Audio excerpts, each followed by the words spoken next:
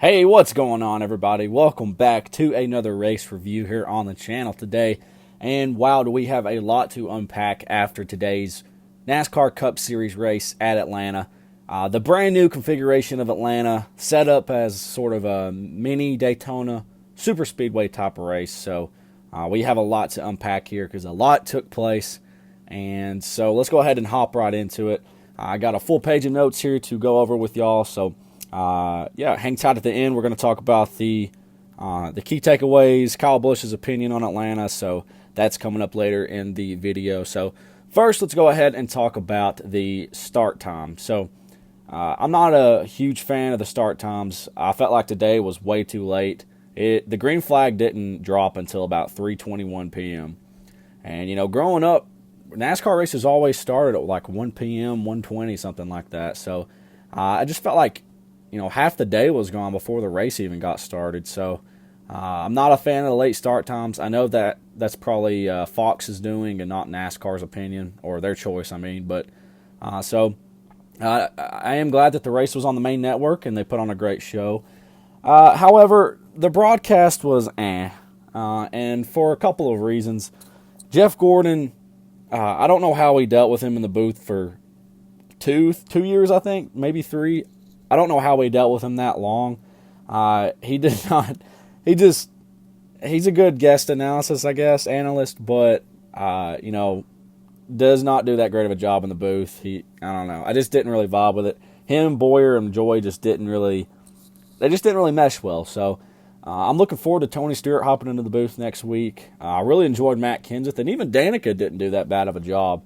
But yeah, I thought the broadcast was there was a couple times where we missed wrecks where they were showing the Atlanta Braves baseball player and, a couple of things like that. So I was reading on Twitter that a lot of people are not a fan of Fox either. So, I don't want them to leave, but, definitely might want to take a better look at how they approach these races. So, but let's get on to the racing itself. So this race looked like a pack race. It was a pack race. It was a super speedway type race. At first, the first little bit, I was like, okay, this is going to be how it's going to start out, but we're going to see some guys, 5-6 cars break away or something, and, be a typical mile and a half. But that was not the case at all.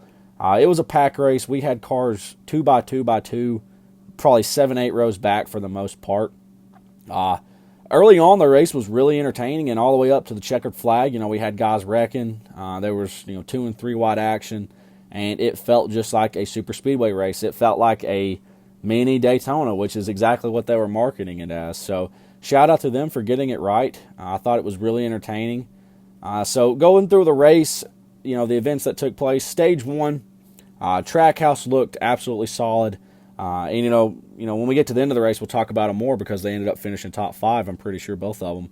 But stage 1, Ross Chastain gets out to the lead and cuts a right rear tire, I believe. So he was not the only car that cut a right rear tire. I think the 8 did as well. And I think somebody else did, but I can't remember exactly who. So, these Chevys were cutting right rear tires in front of the field, and it was kind of chaotic. So, so stage 1, the 1 spins out. After that, there's a big wreck at the end of stage 1. Denny Hamlin kind of pulled up in front of the 3 car, kind of checked them up, I guess. The 18 got into the back of the 3, I believe, and they had a little incident. That ended up causing the 18 to have some damage, and he was never able to recover. So this wreck included the 42 and the 14, the 3 and the 18. The 42 and the 14 were able to recover, but the 18 and the 3 were unfortunately not able to get back out in the race. The 18 rode around for a little bit, but eventually parked it. And we'll talk about his comments a little bit later. But coming to the end of stage 1, William Byron wins stage 1. And then we get on to stage 2. The 8 cuts a tire leading, so that was starting to be a trend. The 1, the 8, and the 47 all wrecked due to a blown right rear tire. They were all Chevys. They were all leading. Hate to see that for Ricky Stenhouse and Tyler Reddick. But, it was just unfortunate. I don't know if it's how they had their cars set up or what, but they unfortunately wrecked in front of the field. Surprised the wrecks weren't as bad as they were. There was a big one resulting of that. But, a lot of these cars, I noticed they could take some damage. Kurt Busch got hit pretty hard in the nose. Ross got wrecked. The 42 got wrecked, and they were able to recover. So that's good to see that these cars aren't as fragile as the Gen 6 cars. So Stage 2, at the end of that, Larson gets turned by the 11. This looked like Denny Hamlin just pushing the 5, trying to give him a boost going down the front stretch, and he got to him a little too early. The 5 ricochets off the 9, and they wrecked. The 9 was okay afterwards. He had some problems on pit road as a result of that, but the 11 and the 5 were out for the remainder of the race, so that was unfortunate for them. The drivers still trying to figure out when and where they could push here at this Atlanta configuration. So that was the end of Stage 2. I don't remember who won Stage 2 exactly. It might have been Byron, but I can't remember for sure.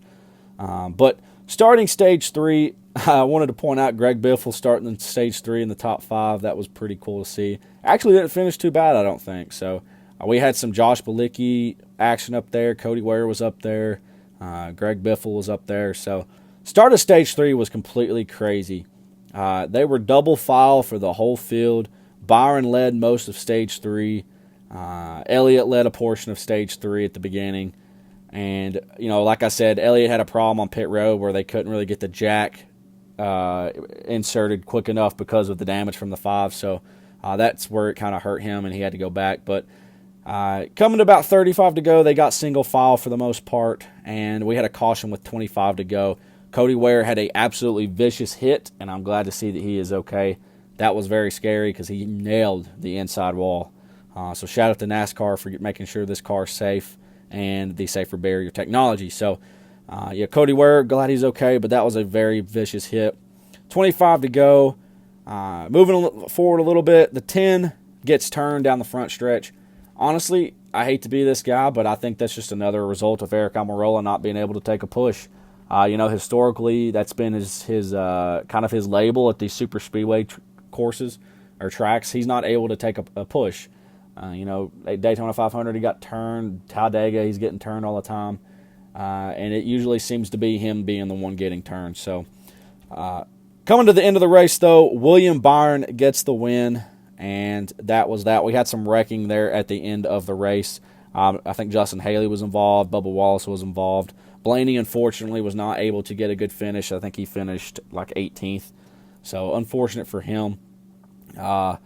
And before we get to our key takeaways, so Byron won the race. We're going to get to our key takeaways in just one second. But first, I want to talk about Kyle Busch's comments during, I believe, Stage 2 of the race. I forgot what questions exactly they asked him, but it was pretty much him saying that he was not a fan of this new configuration and that he felt more like an entertainer than a race car driver. So Kyle Busch obviously not enjoying his time out there. So those are some big comments because Kyle Busch is one of the largest figures in the sport. And when he's coming out and trashing, kind of NASCAR and Atlanta for this reconfiguration, that's alarming, to say the least. So I'm curious to see if other drivers feel this way or if it's just, Kyle is having a rough season or, he's probably still mad that he, unfortunately didn't win at Las Vegas. But I'm curious to see if other drivers feel the same way that he does. So that's just something I wanted to touch on real quick. So on to our key takeaways. New Atlanta is amazing. I loved this race. I thought it was much better than a normal Atlanta race. It didn't feel, well, let me put it this way. It felt like a super speedway race, but it was different than the Daytona and the Talladegas that we've had. It just felt a little bit different for some reason. It must be the 1.5 mile configuration. It's shorter, but it felt new and it felt refreshing, and I'm glad that they went this route. I was a little bit skeptical at first, but it put on an insane show. I could not take my eyes off the TV for the whole, second half of the race, just because, first half, it's anybody's race pretty much. But this track was amazing, and I'm glad that they did what they did with the track. So next key takeaway, Team Trackhouse is absolutely legit. No debating. The one car has finished third, top 3 in the last 3 races, I believe. So victory lane is approaching for him very, very soon, I would say. And Daniel Suarez as well, running top 10 every week, top 5. I think he finished 5th today, maybe 4th, or maybe 6th. I know he was top 10 though. So, also next key takeaway, Bubba Wallace is a very good super speedway top racer with these draft packages and these style of races. He didn't get the best finish there at the end, but top 5 for the whole third stage, and Arguably, I thought that if he'd made a couple of more different decisions, he could have got the win. But unfortunately, it didn't work out for him. But there again, we're at a super speedway top race, and he is at the end. At the end, he's in the top 5, going for the win. So got to give some respect where respect is due there. Eric Jones had an absolutely amazing run again. It's so crazy to me that they are doing such a good job this year. Not looking good for Ty Dillon. I know he got in a wreck early, but Eric Jones is running top 5. Consistently he can run top 5. You look at Auto Club, he ran well, and ran well today again. Even got in a wreck and bounced back and had a great finish. So shout out to Eric Jones and Petty GMS for the things that they've been doing this year. Them and Trackhouse are honestly the 2 biggest surprises, and probably RCR. Because we expect Hendrick to be good, we expect Gibbs to be good, but these other teams that are coming out of nowhere and stealing the show, pretty much. So shout out to these teams that are getting it done this year. Talking about the race at the end, I have a really big bone to pick with a lot of drivers out there. I know you want to stay in line and make sure it's the right timing. And I understand that you don't want to be the only guy to jump out in line. We saw Chase jump out. He was the only guy. No one went with him. I don't understand why you don't want to go with him or drop down in front of him. I don't know why you wouldn't drop down in front of him if he's got such a big run. But I don't know why you wait until 2 to go to try to make a move. If you're running 12th or 13th or 14th, you have nothing to lose back there. If someone drops down, go with them. Try to get a line started back there. If you're running single file and 8th on the top, you're not going to win the race. And you're probably going to get wrecked by somebody trying to go for the win at the front.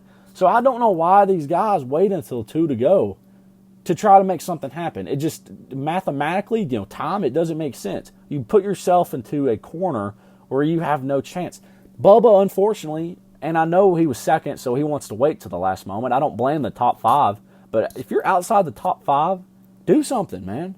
The 9 dropped down with like 5 to go, and nobody even thought to go with him, man. Like it was an ugly sight to see. So I don't know why they wait until 2 to go to make a move at these, plate super speedway races. It just doesn't make any sense. Looking back on the past few races, if you're not in the top 5, you have no chance, and it's because they stay single file most of the time. So, I wish that they would try to do something with a little bit more time to go. 5 to go seems to be a good number, 4 to go, but they wait until they're coming to the white flag to make something happen. And at that point, it's just chaotic. You're going to get door slammed.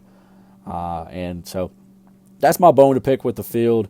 Also, we had news after the race. Christopher Bell was penalized and sent to the back of the field for his finishing result because he went below the double line. Don't know why we have this double line in Atlanta. It makes no sense. I really don't understand it. I don't know why we have it at Daytona and Talladega, let alone adding one to Atlanta. So for those of us that think that the double yellow line is a bunch of hogwash and needs to be done away with, this was NASCAR slapping the face to us by adding this at Atlanta, and comes into effect at the end of the race. So unfortunate for Christopher Bell. I hate that for him. I don't think he deserved that. I don't think they should have had a double line. And that's on NASCAR right there. So do away with the double line. I'm tired of it. I think a lot of people are tired of it, and I don't know I would love to have a good explanation other than keeping people in line. But if you're a driver and you're not smart enough to get back on the track going into turn 3 and you're going to go in the grass, then that's on you, man. It ain't like it causes less wrecks. It actually causes more wrecks, I would say. So Dale Jr. has a lot of good opinions on this. If you want to hear what he has to say about it, go listen to his because he explains it perfectly. But that's another topic for another day. So Atlanta was a huge success, I think. I think a lot of tracks are going to follow suit. Do you think that we're going to see like Vegas and we're going to see these other tracks, Texas? Do you think that when it's time for them to have a repave, do you think that they're going to follow suit with Atlanta and give us this type of racing? Personally, as much as I loved this race, I hope they don't. I hope that we don't have a 40, 50%, 60% probably, honestly, if they all did it. I hope we don't have a 50% super speedway top racing. It's few and far between, and that's what makes it so entertaining and so exciting. And you love these races because you don't get many of them, but they're entertaining when you do get them. I think the mile and a half should stick with what they have, and they should, stay in their lane essentially. But I think this makes Atlanta a top tier track now. It was before, but this just kind of upgraded it and boosted it to that next level, I believe. So, great race at Atlanta. The fans looked happy. The crowd was packed, and I love to see that. I know now, looking at this race, that's a race that I really want to go to going forward, and I think that's the point of NASCAR, and I think that's good for them. So, shout out to NASCAR in Atlanta and SMI for getting this correct and, doing their homework with it, because it worked for sure. I think the car has a lot to do with that too, but it was a great race today, and I hope you all enjoyed the race today. Let me know what you all thought of New Atlanta, if you think it should stay, if you think other tracks should follow suit and copy their template. That's going to do it for me. Reach up there and hit that like button and subscribe if you all want to see more. Go follow me on Instagram at NASCAR_diecast if you want to see more. Thank you all for watching. Y'all have a great day, and I'll see you all in the next one.